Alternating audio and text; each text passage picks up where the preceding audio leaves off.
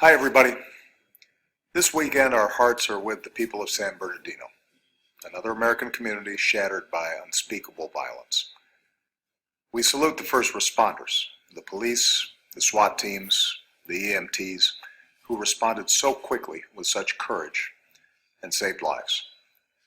We pray for the injured as they fight to recover from their wounds. Most of all, we stand with 14 families whose hearts are broken. We're learning more about their loved ones, the men and women, the beautiful lives that were lost. They were doing what so many of us do this time of year, enjoying the holidays, celebrating with each other, rejoicing in the bonds of friendship and community that bind us together as Americans. Their deaths are an absolute tragedy, not just for San Bernardino, but for our country. We're also learning more about the killers, and we're working to get a full picture of their motives, why they committed these revolting acts. It's important to let the investigators do their jobs. We need to know all the facts. And at my direction, federal law enforcement is helping in every way that they can. We're going to get to the bottom of this. It is entirely possible that these two attackers were radicalized to commit this act of terror.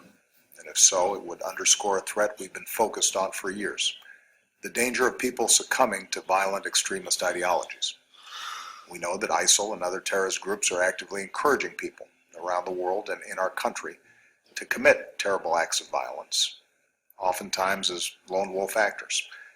And even as we work to prevent attacks, all of us, government, law enforcement, communities, faith leaders, need to work together to prevent people from falling victim to these hateful ideologies. More broadly, this tragedy reminds us of our obligation to do everything in our power together to keep our communities safe. We know that the killers in San Bernardino used military-style assault weapons, weapons of war, to kill as many people as they could. It's another tragic reminder that here in America, it's way too easy for dangerous people to get their hands on a gun. For example, right now, people on the no-fly list can walk into a store and buy a gun.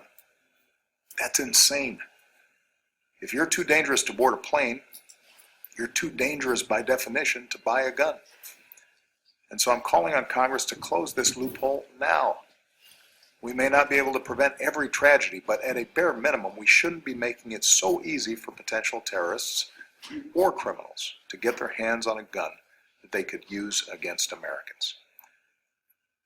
Today in San Bernardino, investigators are searching for answers. Across our country, law enforcement professionals are tireless. They're working around the clock, as always, to protect our communities. As president, my highest priority is the security and safety of the American people. This is work that should unite us all as Americans, so that we're doing everything in our power to defend our country. That's how we can honor the lives we lost in San Bernardino.